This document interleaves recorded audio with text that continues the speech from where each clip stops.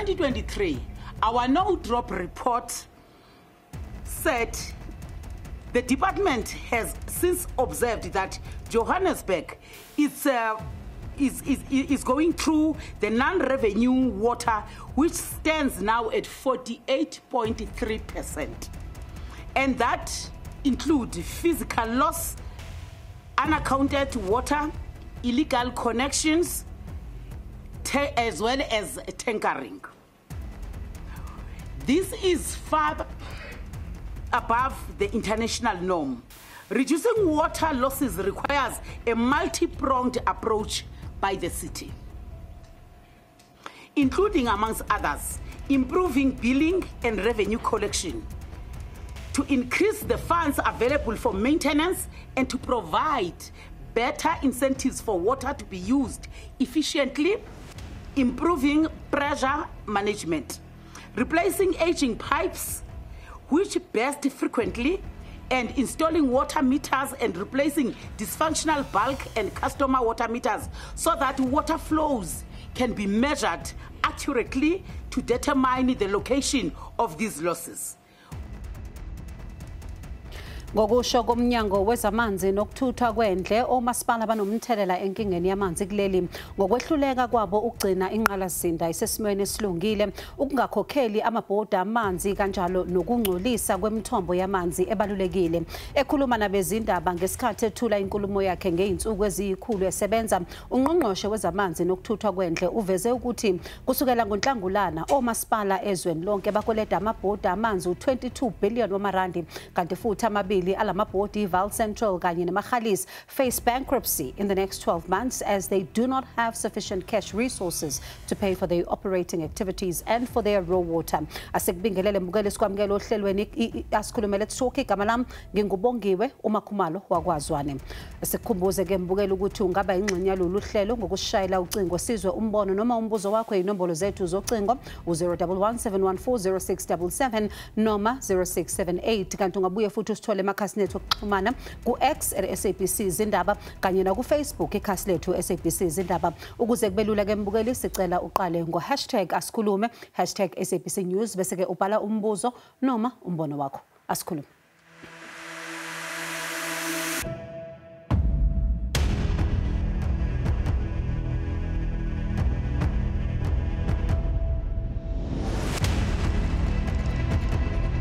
Mbukeli abahlali basePhumla Mqashele neNja esifundazweni saseGauteng bazochitha ubusuku banamuhla bengenamanzi ngemuva kokuthi inkampani Johannesburg Water ibavalele amanzi ngoba ithi bayidonsela amanzi ngokungekho emthethweni. Intatheli yezindaba ze-SABC uNeria Hlakutsa usilethela lo mbiko.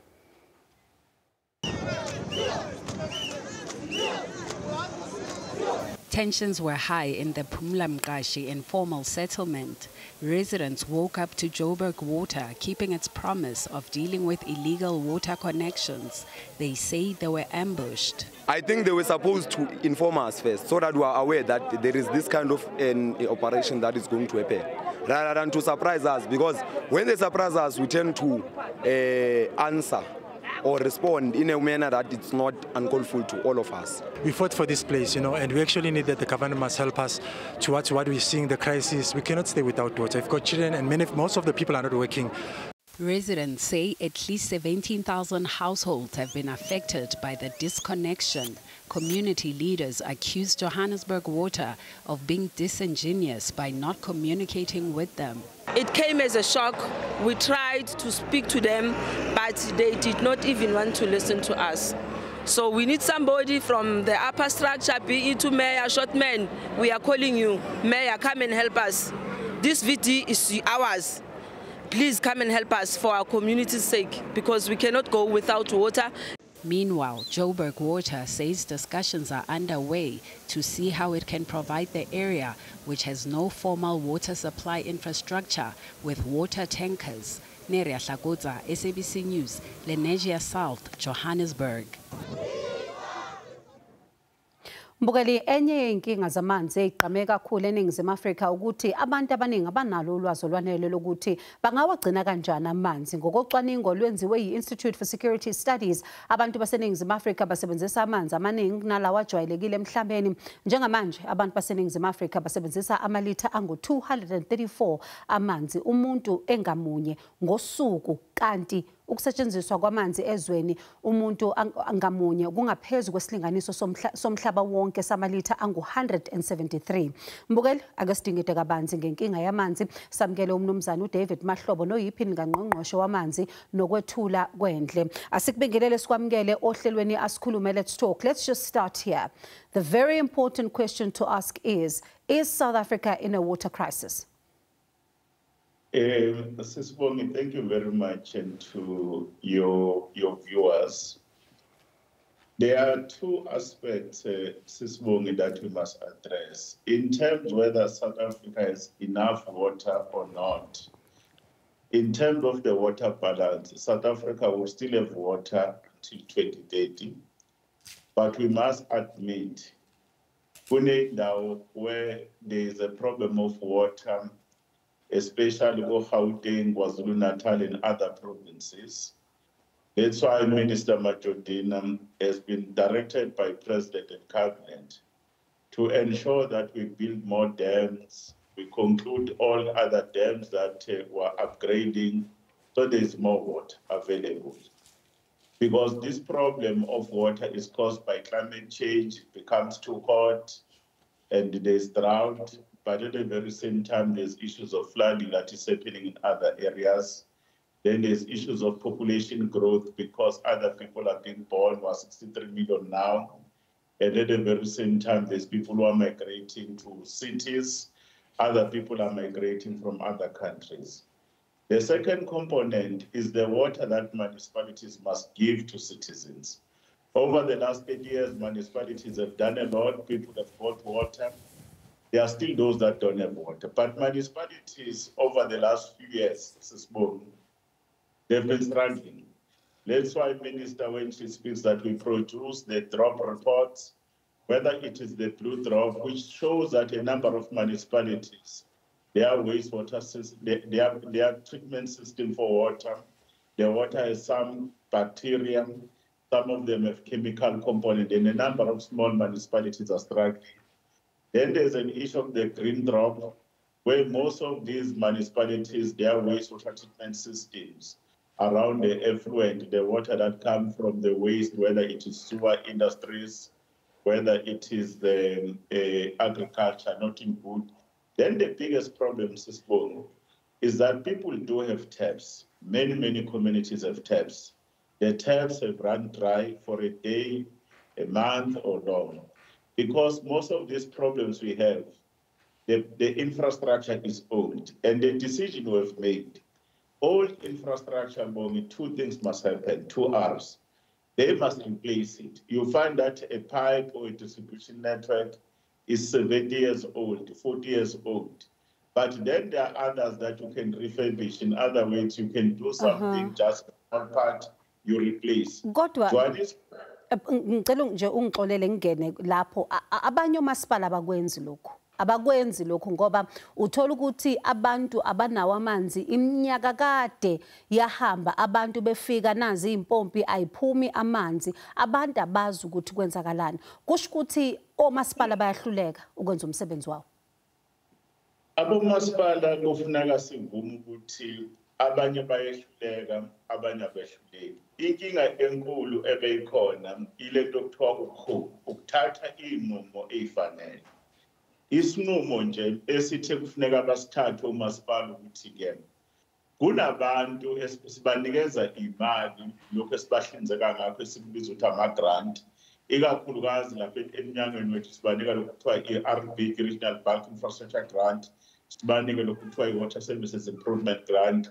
Umnyango wey'imali kuzwelonke abomasipala basemakhaya ubanika i-Municipal Infrastructure Grant kuthiwa i-MIG, okufuneka babeke ingxenye ewu-half, u-50%, bayinikezele endaweni yamanzi nokuhlanzeka kwendle.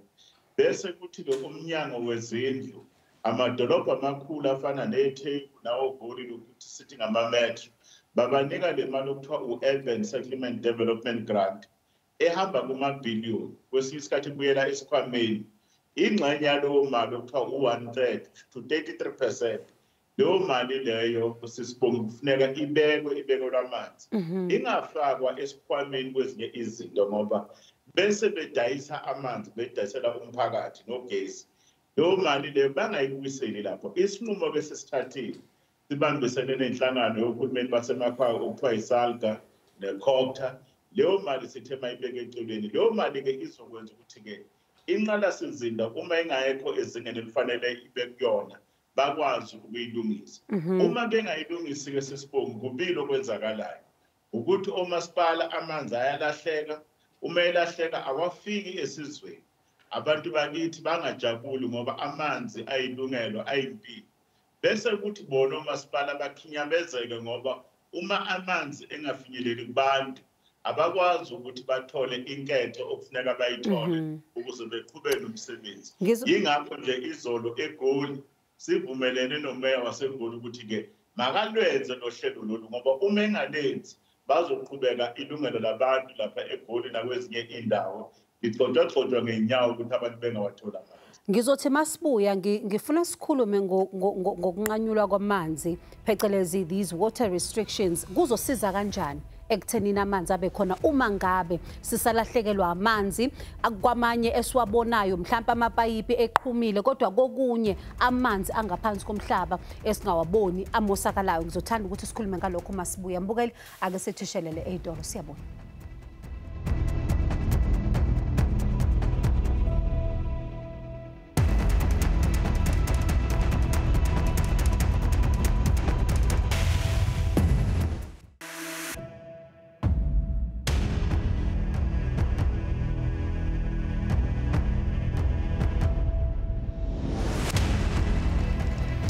Mbukeli sisahleli nosekela ngqongqoshe osebenzela umnyango wezamanzi kanye nendle. Ake sibuke mbukeli ukuthi kahle uma ngabe umasipala uyahluleka ukuthi ulungise inqalasinda kanti futhi mina nawe sicela ukuthi ake silungise indaba zamanzi. Yini into esingayenza thina singabahlali ukuthi sikwazi ukuthi sike nathi siwonge amanzi singawamoshi? Ngizocela ukuthi size la ngoba sikhuluma ngeprovince yaseGauteng, sikhulume ngeprovince yaKwaZulu Natal. Lama province omabili asefake ama water restrictions. Umuntu uyayibuza ukuthi uma ngabe kunama water restrictions lokhu kusiza ngani ngoba ubona ukuthi amanzi kwesinye isikhathi amapayipi ayaqhuma abantu abaluthola usizo lokuthi lawo mapayipi awalungiswe kanti futhi kunamanye amanzi futhi ngaphansi komhlaba amanye kwesinye isikhathi esingawaboni akuthi kunamapayipi amosha amanzi khona lapho. Manje ke thina singabahlali mase songa amanzi yikuphi futhi okungasiza kulokho ngoba ama restrictions abakhona kodwa amanzi futhi ayalahleka. Esingakusho nje ngokuthi ukulungisa inkinga yamanzi awubuki uhlelo olulodwa. Uhlelo olukhulu olubalekile njengamanje okufuneka silwenze ukuthi ke omasipala bakithi siyabanika imali. Imali mayiye la kufanele kulungiswe inkinga enkulu. Ikakhulukazi uma ubuka eGauteng. Sibanika u5 billion wamalitha amanzi ngosuku. Kulo 5 billion wamanzi sibanika ngosuku u2.5 billion walawo manzi lawo ungena emhlabathini. Ukuze ke isizwe singabi nenkinga sithembe benze uhlelo oluphuthumayo. Balungise inqalasizinda bawakhipha amapayipi amadala lana kaSimende bawabiza ukuthi ama-asbestos pipe ngokusheshsha. Okwesibili bakwazi ukuthi uma amanzi evuza mangethe amanzi bakwazi ukwavala la avuza khona ngokusheshsha ngoba kwesinye isikhathi bawayeka insuku.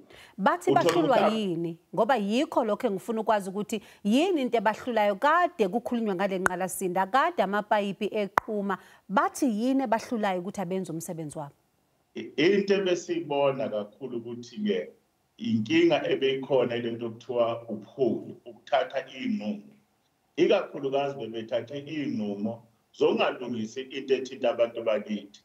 kodwa la eGauteng naKwaZulu-Natal uma ungabona ondunankulu bakhona nomeya basukumile noma sekulethu kusukuma kwabo kodwa siyabonga ukuthi sebasukumile manje ukuthi ke bavume futhi ukuthi imali esibanika yona sokukhulumeni kazwelonke nemali abayithola emphakathini yokunikezela kwey'nkonzo zamanzi leyo mali bayoyibeka eceleni bakwazi ukuthi bayise lapha kulungiswe lezo zinto lezo bakwazi futhi ukuthi baqashe abantu abanamakhono abafanele ukwenza lowo msebenzi loyo ukuthi uma abantu bakithi bereport ukuthi kunenkinga bayi-athende ngokushesha ngoba inkinga beyikhona ukungayi-athendi ngokushesha umphakathi ke wona asifuni ukuthi umphakathi ongawatholi amanzi bese kuba sengathi siyawugxeka ngoba sikhuluma kunabanye abantu abathola amanzi kakhulu ubudlelwane babo namanzi abukho kahle ikakhulukazi inkampani ey'ndawo lezi eziphezulu bayawamosha amanzi uthola ukuthi ekuseni umuntu uyavuka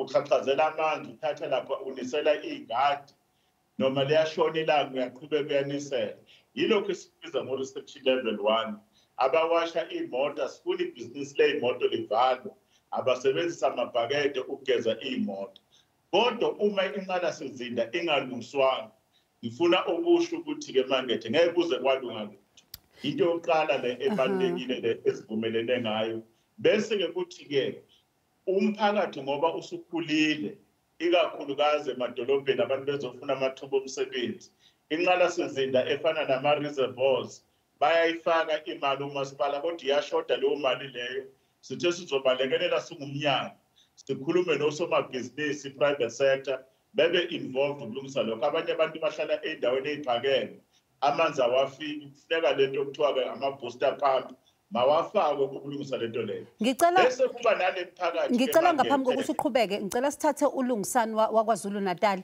othi ufuna ukukubuza umbuzo sawubona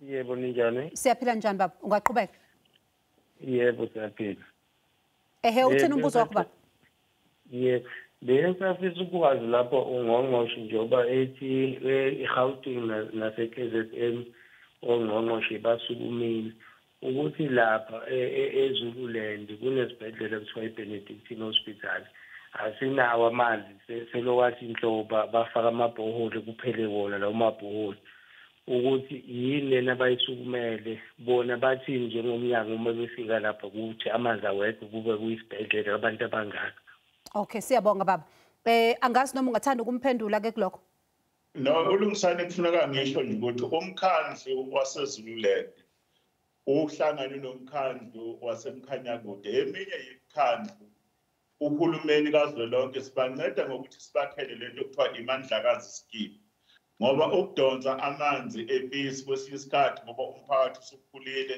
kuyashisa kuney'nkinga imali siyifakile lapho ukuthi kwenziwe lolo hlelo lolo kodwa-ke umkhandlu waseZululand ubuhamba kancane sike sambona nomeya ukuthi masibambisane sidonse la manzi abuya lapha edamini elikhulu okuthiwa iJozini Dam lowo msebenzi-ke lowo-ke imali engaphezulu kuka-1 billion siyifakile sizokwazi ukuthi siwulandelele lowo masipala ngoba ney'ndawo ezisemakhaya ikakhulukazi koNongoma nakwezinye iy'ndawo nabo labo abantu ngaphansi komthunzi welanga banalo ilungelo lokuthi bawathole amanzi yingakho nje sisho ukuthi-ke ukuxega komasipala kuyinto siwuhulumeni esiyisukumelayo ngizocela ukuthi masibuya ekhefini sike sithathe nje ababili bababukeli uzwe ukuthi bathini bese futhi siyabaphendula kule mibuzo abanayo mbukeli unganyakazi siyabuya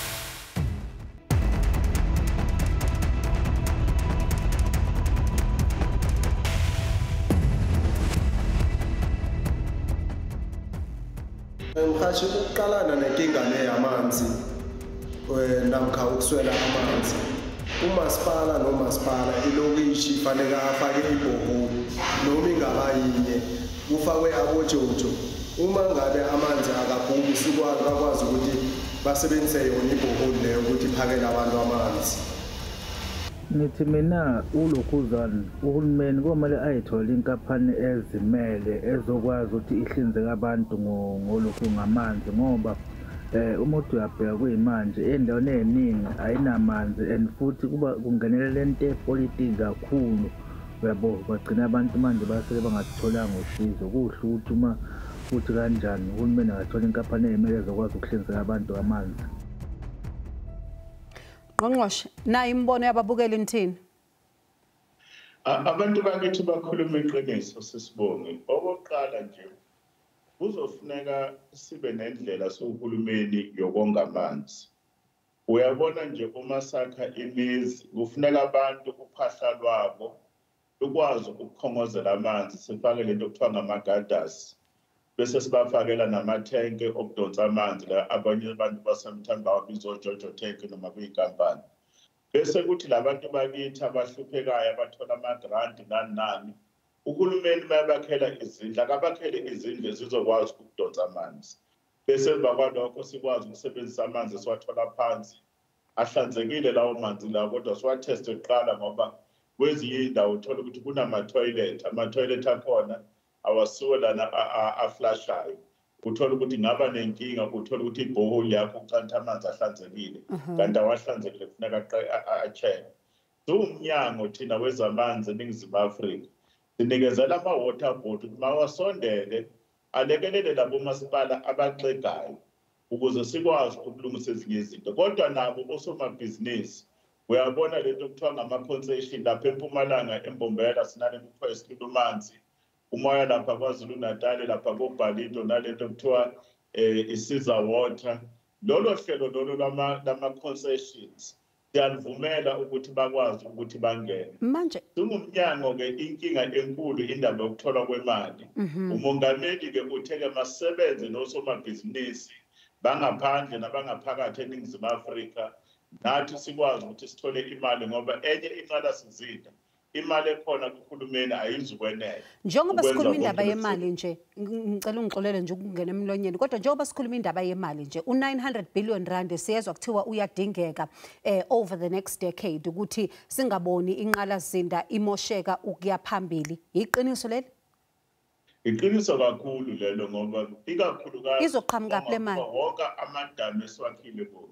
Imali enye ibuya kuhulumeni kodwa enye imali siyayiboleka osomabhizinisi abakhulu ingakho nje sinenkampani okuthiwa-ke i-TCTA iyona esiboleka ngayo imali yokwenza izinto zamadamu bese uhulumeni enza-ke isiqinisekiso lento kuthiwa ama-guarantees ukuthi-ke leyo mali iyobuyela bese kuthi-ke eSouth Africa ukuze sikwazi ukuthi-ke sikwazi ukunikeza isiqinisekiso sokuthi sobhadara kufuneka abantu abakwazi ukuthi bangabhadara iy'ndleko inangani inqalasizinda lento okuthiwa i-user pay principle kufuneka abantu bakithi babhadale umasipala abomasipala babhadale i-Eskom babhadale ne-water board bese kuthi labo abahluphekayo uhulumeni unohlelo lokubabonelela lento okuthiwa i-free basic electricity free basic water bese-ke abantu bakithi befunda-ke ukonga bayinakekele inqalasizinda ngoba enye ingxaki ekhona ukulinyazwa kwenqalasizinda